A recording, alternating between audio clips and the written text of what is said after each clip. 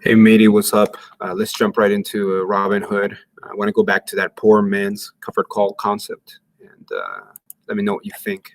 But let's just pick something like Apple, I guess. Let's do Apple. Apple. All right. So again, we're using a leap, what's called leaps. So it's a contract far out in the future. So let's look at the options for. So here's what I'm thinking that we could do potentially. So we're going to do a buy call option, and we're going to go something way out in the future, like June of next year. All right, June of next year. Let me move this out of the way. So we're going to pick something deep in the money. So a price below the current share price. And we're looking for a delta close to 0.9 because we want it to mimic very similar to how the real stock is actually moving. And this is what the concept of a. So let's say we want. So right now Apple's at 121. It's going to be. I think it's going to be very hard for Apple to go down to a price of 70 per share.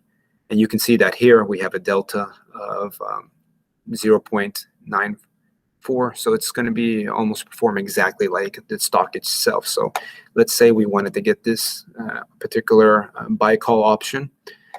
It's going to be costly because we just want one contract. Anyway, we have to go at a minimum one contract. And you can see that if we were to do this, we would have to pay $5,195 just to say that we're owners of Apple, one contract of Apple, right? That's $5,000 is way better than paying the current price of 100 shares of at a price of 121. That would be like something like $12,000, I think, right? So perfect. All right. So I think that's right. Yeah. Okay. So yeah, instead of spending $12,000 to control 100 shares of Apple, you can do that essentially synthetically doing a buy call, and it only costs you $5,000 essentially. So now, if we take a look at something else that's interesting is theta here. You see theta is very low value here. So it seems like if we get it today and we wait until tomorrow, all things staying constant, the value of our contract would go down by $1.02, right? So it's not anything significant. So what happens if we do this, right? If we do this, let's say we got this. I'm just going to reset here, go back into. What we can do now is turn around and do a sell call, right? We can do a covered call selling, right? So the next expiration date is next Friday, October 27th. So let's look at the sell call here. So what we would do is pick something, of course, in this case, not in the money, but out of the money. And let's go with something like, for it to go up to 100 from 121 all the way to like 127 by next Friday. I think it's going to be hard for that to really happen, but we have an 82% chance of winning. So let's go ahead and say we would actually get into this contract here, right? And we hold it until next Friday. We're going to collect $94, right? So if we do the math right here, 5 days, 5 days, so we're going to collect $94, right? But remember, the contract that we had bought cost us $5,000 in order to do this sell call. The leap contract. So in this, that value of our contract is decreasing each day by like $1.02. So 1.02, and we're going to hold it for 7 days. 7 days. This is going to equal whatever this equals. Let me get my calc because I'm terrible at math. Simple math. So 1.02 times 7 days. So we're losing $7 a day, essentially $7.14. But remember, we made a profit. Hopefully, if come next Friday, we made 94.